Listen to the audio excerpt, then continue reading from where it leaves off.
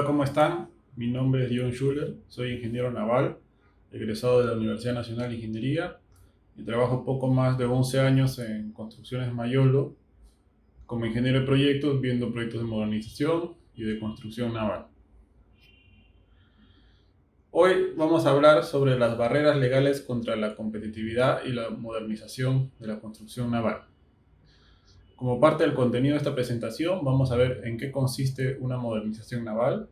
Vamos a hablar del Decreto Supremo 015-2014 que prohíbe las modificaciones de naves y artefactos navales con más de 20 años de antigüedad o que hayan sido modificados antes.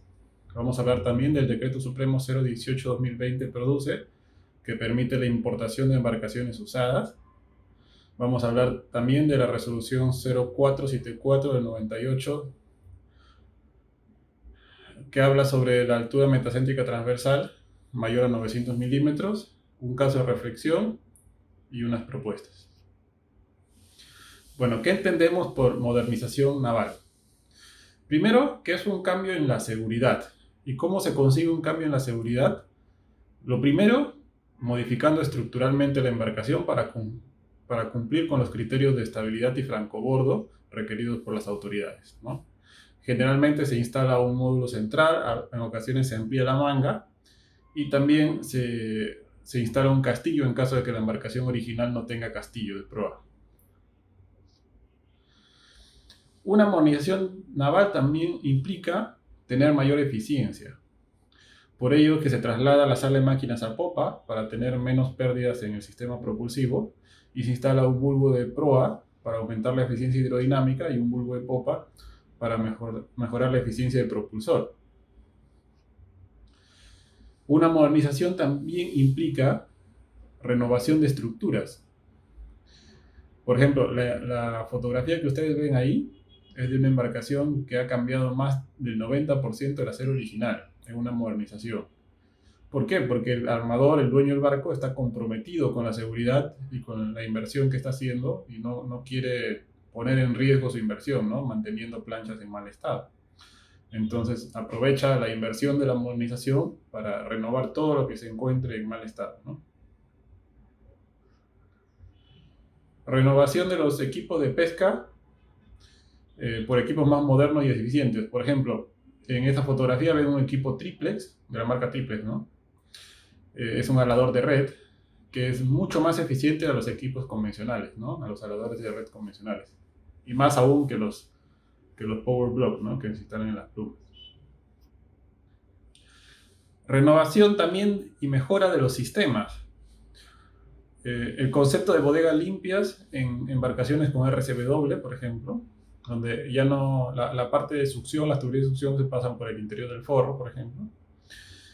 La fotografía de la izquierda se ve unas bodegas de una embarcación con RCW modernizada, ¿no? La renovación de todos los sistemas, eléctrico, electrónico, tuberías de achique, tuberías contra incendio, entre otros.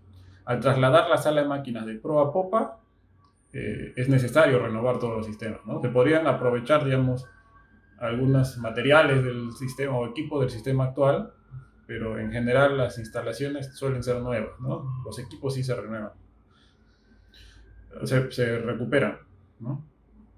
Renovación de la acomodación y mejoras en el lastrado, ¿no? Que puede ser, por ejemplo, el uso de palanquillas en la quilla en vez de cemento en las bodegas. Al tener un lastrado más eficiente, también se reduce el desplazamiento y hay mejores condiciones de navegación, ¿no? Bueno, ¿y qué dicen nuestras normas? Primero, el Decreto Supremo 015-2014 de Defensa, que es el decreto, el reglamento de ICAPI, que en el inciso E dice a la letra, ¿no? Las modificaciones al casco solo pueden efectuarse a las naves y artefactos navales con una antigüedad menor a 20 años y que no hubieran realizado una modificación alguna en su casco de su construcción. Es decir, solo se podría modificar una embarcación una sola vez y cuando tiene menos de 20 años. ¿Y cuál es la edad promedio de la flota pesquera industrial? Bueno, esa gráfica que ustedes ven ahí la he construido con datos públicos de 269 embarcaciones de pesca de 4 importantes empresas pesqueras, ¿no? Si ustedes suben una línea vertical en 20 años, en la edad de 20 años, pueden intersectarla con la curva azul y pueden ver que la distribución acumulada, es decir, más del 90% de las embarcaciones tienen más de 20 años. Entonces, la posibilidad de modificar una embarcación se reduce a menos del 10% por edad, ¿no? en la pesca industrial, o sea, en el sector pesca. Y la edad promedio de la flota pesquera es más o menos 35 años y hay embarcaciones de hasta 60 años navegando. Ya, ¿y cuál es el problema común en las embarcaciones de más de 20 años? Algunas también tienen el problema de haber sido construidas antes, ¿no? O sea, no tener 20 años. Pero es muy habitual tener este problema de francobordo en las embarcaciones antiguas.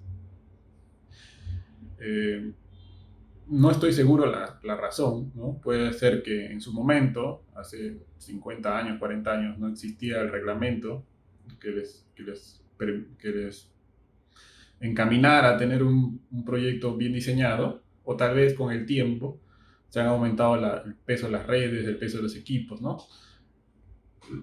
Pero más allá de la justificación que pudiera haber, es la realidad. La mayoría de embarcaciones no cumple con francobordo. Esas dos fotografías de ahí son fotografías reales de una embarcación que no se está hundiendo. Es una embarcación que está regresando a puerto después de pescar. ¿Se imaginan? Con el agua encubierta. ¿Y cuál es la consecuencia de tener agua encubierta? Bueno, al tener un área de flotación menor, porque parte de la cubierta está inundada, los criterios de estabilidad disminuyen, ¿no? O sea, el cálculo de estabilidad se ve afectado. Ustedes ven ahí dos curvas de estabilidad. A la derecha cumple todo, a la izquierda casi nada. ¿Cuál es la diferencia entre esas dos simulaciones, ¿no? La de la derecha y de la izquierda, o sea, ¿qué tienen en común primero?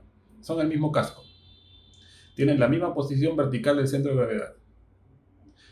La diferencia es, el de la derecha tiene francobordo reglamentario, o sea, tiene el desplazamiento para tener francobordo reglamentario, y de la izquierda se ha aumentado el desplazamiento para simular una pérdida de francobordo hasta que el agua esté a nivel de cubierta. Entonces, y tiene la misma posición vertical del centro de gravedad. Entonces podemos ver que el francobordo y la estabilidad están muy relacionadas. No podríamos pensar en cumplir los criterios de estabilidad internacionales si no cumplimos con el francobordo, al menos en embarcaciones pesqueras, ¿no? Entonces, ¿cuáles son las consecuencias de esta restricción? Hay muchos armadores que quieren modernizar sus lanchas y con ello corregir los problemas de estabilidad y francobordo, ¿no? Muchos de ellos tienen de primera mano, porque han realizado pruebas de inclinación, saben que sus embarcaciones no cumplen con estabilidad de francobordo o alguna de ellas, ¿no? Y otros, porque saben, por ejemplo, que la embarcación que tienen corresponde a una serie de fabricaciones que se hicieron hace 30, 40 años y que ninguna de las embarcaciones gemelas cumple con estabilidad. O sea, saben que su embarcación tampoco cumple con estabilidad o francobordo, o ambas, ¿no? Entonces, la ley se los impide. O sea, ellos quieren modernizar su lancha, quieren corregir sus problemas de estabilidad, aumentar la seguridad de sus embarcaciones y no pescar poniendo en riesgo la vida de sus tripulantes, pero la ley se los impide. La opción de construir una lancha nueva es normalmente descartada en los directorios de las empresas porque es un nivel mayor de inversión, ¿no? O sea, los gerentes, los inversionistas, los dueños de las empresas pesqueras prefieren modernizar una lancha porque es menos costo, ¿no? Y de una u otra forma siguen usando sus lanchas y poniendo en riesgo la vida de sus tripulantes.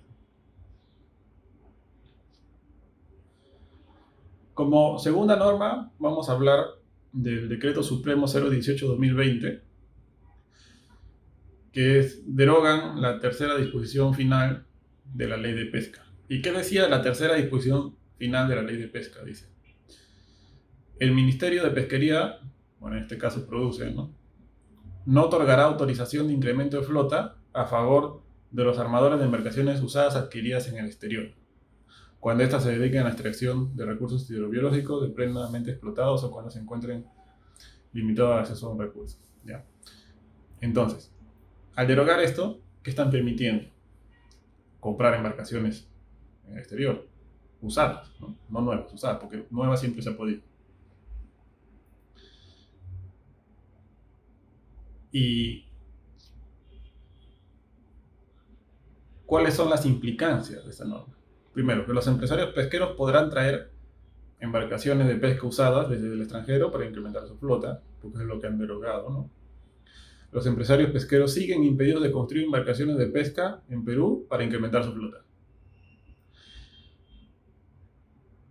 Y una pregunta a la reflexión sería, ¿se les exigirá cumplir con los mismos criterios de estabilidad que le exige la legislación peruana a estas embarcaciones usadas que están siendo importadas o que van a ser importadas?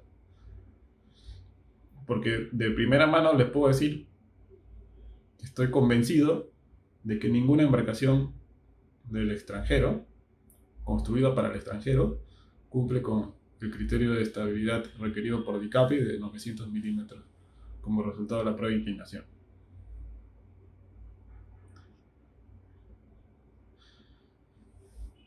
Y para terminar vamos a hablar de la resolución directoral 0474 del 98, que habla sobre las pruebas de estabilidad o prueba de inclinación. Y que como primer análisis vamos a ver que hay una pequeña contradicción con la resolución directoral 1209 del 2012, porque en la última resolución adoptó los criterios establecidos por IMO, ¿no? O sea, los criterios internacionales, pero no han derogado a la anterior, entonces hay una pequeña superposición de alcance entre ellas, ¿no? Ya, ¿y cuál es el problema? Entonces, la primera, la resolución del 98 dice que para embarcaciones de pesca tipo cerco, la altura metrocéntrica transversal será de 900 milímetros como mínimo. ¿Y qué dice la norma internacional? La norma internacional dice que para buques pesqueros de una sola cubierta no será inferior a 350 milímetros, y en los buques de cubierta corrida o eslora superior a 70 metros, la altura podrá reducirse según considere satisfactorio la administración, pero nunca menos de 150 milímetros. Entonces, a priori estamos comparando un requisito de estabilidad requerido por el Perú de 900 milímetros contra 350 milímetros. Y además, el requisito de estabilidad requerido por Perú se establece en una condición como resultado de la prueba de inclinación que se asume, es la de buque en rosca, ¿no? Sin agua, sin líquidos, sin ningún tanque. Y esta es una condición en la que no navega el barco, ¿no? La embarcación navega o en salida de puerto, que es con tanques de combustible llenos, o en cualquier condición, o sea, puede tener lastre, puede tener agua, puede tener pesca, ¿no? Pero vacío no navega. Y menos como para generalizar, ¿no? O sea, podría ser que algunas embarcaciones de pesca peruanas sí naveguen estando en vacío, pero no estarían yendo a pescar, porque para pescar necesitan combustible. Y en otros tipos de embarcaciones, por ejemplo, las embarcaciones atuneras, que hay en el norte del país, en Ecuador, ¿no? Pescan siempre con lastre. O sea, por ejemplo, ellos nunca pueden dejar sus cubas, sus bodegas vacías. Si ellos vacían todo el líquido de sus bodegas, la embarcación pierde estabilidad. Entonces, por ejemplo, si un armador peruano quisiera construir un atunero, tendría que construir un atunero mucho más grande, ¿no? Porque tendría que cumplir con este criterio. O sea, no podría competir en eficiencia contra un atunero construido en otro país. Porque la ley es general, ¿no? El atunero es pesca de cerco y por lo tanto tiene que cumplir 900 milímetros. Ahora, ¿cuáles son los pros y los contras? Los pros, o el principal pro, ¿no?, es el aumento de la seguridad en las embarcaciones en términos de estabilidad. Y eso es indiscutible, ¿no? Una embarcación que cumple con este criterio, que para mi criterio es exagerado, definitivamente tiene mayor seguridad, ¿no?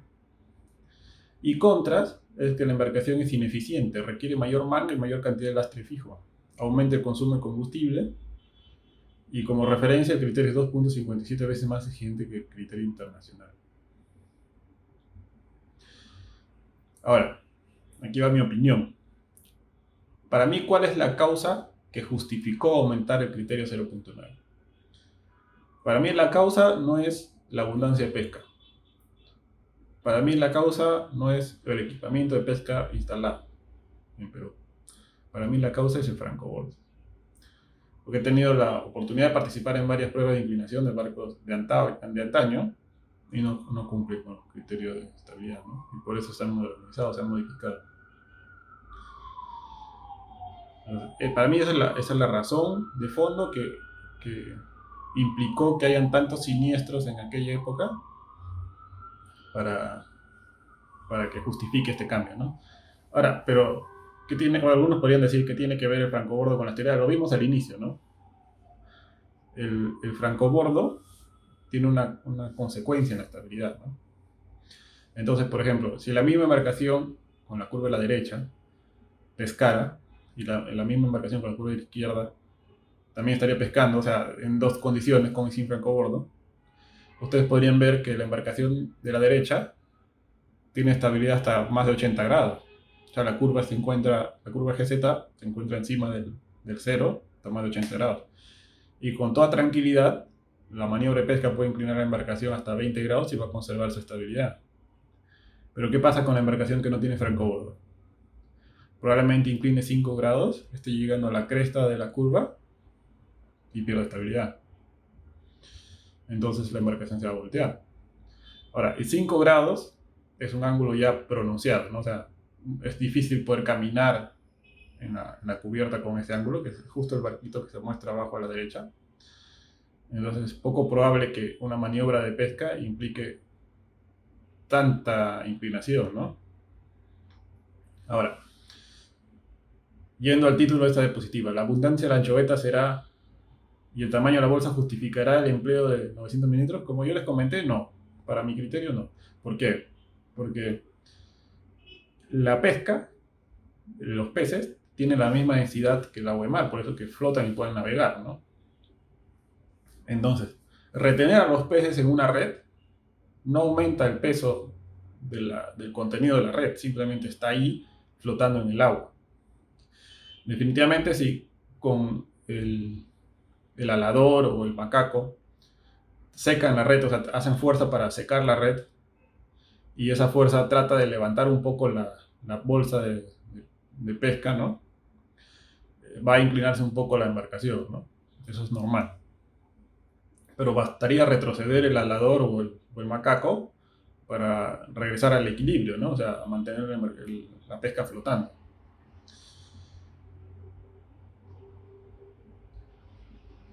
Entonces no hay ninguna justificación que por el tamaño de la bolsa se exija, digamos, o se pierda la estabilidad, ¿no? Además, hay que recalcar, para los que no conocen bien la maniobra de pesca, que la pesca no se levanta, o sea, la red no se levanta con toda la captura y se mete a bodegas, ¿no? Entonces, la red se mantiene flotando con la pesca al costado del barco y se pone una bomba absorbente para bombear el pescado, bueno, un poco de agua, para introducirlo pasando el desaguador o el secador de cubierta hasta las bodegas, ¿no? Entonces, por donde lo miden, no hay una justificación que haga que se piense que una bolsa más grande ponga en riesgo la embarcación, ¿no? Vuelvo a insistir, si la embarcación se inclinara porque el operario que está jalando el alador o el macaco trata de secar más la red, quitarle agua a la pesca, y consecuencia de eso está como tratando de levantar la bolsa con la pesca, bastaría retroceder, ¿no? ¿Cuál es el problema? Que yo creo que si una embarcación normal alcanzan 5 grados, el operador va a parar, porque es un ángulo pronunciado, ¿no? Pero si en una embarcación que no tiene francobordo y no tiene estabilidad, alcanza 5 grados, podría ser que la embarcación se voltee, ¿no? Pero la razón de fondo no es el problema con el tamaño de la bolsa. La razón de fondo es que la embarcación no tiene los criterios de estabilidad apropiados o los internacionales para justificar esa maniobra, ¿no?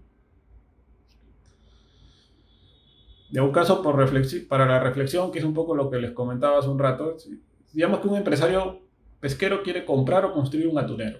Con pesca de cerco tiene dos opciones.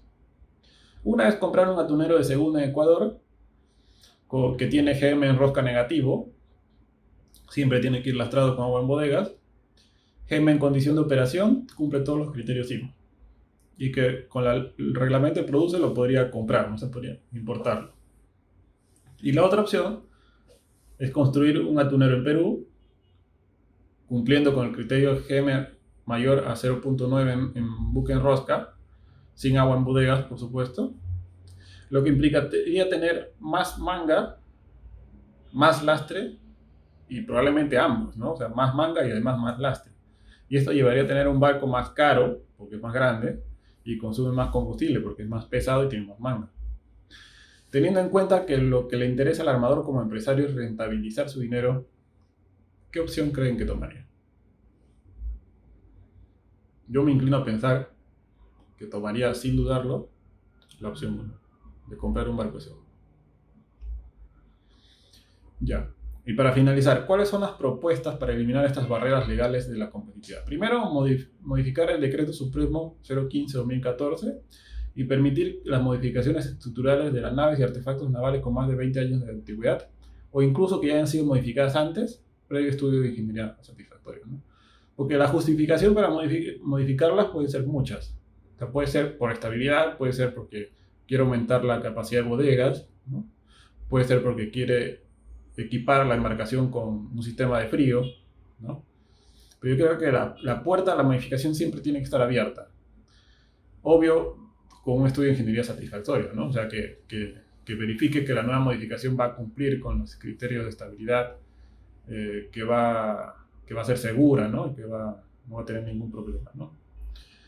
Luego, derogar el Decreto Supremo 018-2020, que ha implementado Produce recientemente, porque ellos excusan su norma, la modificación, en modernizar la flota.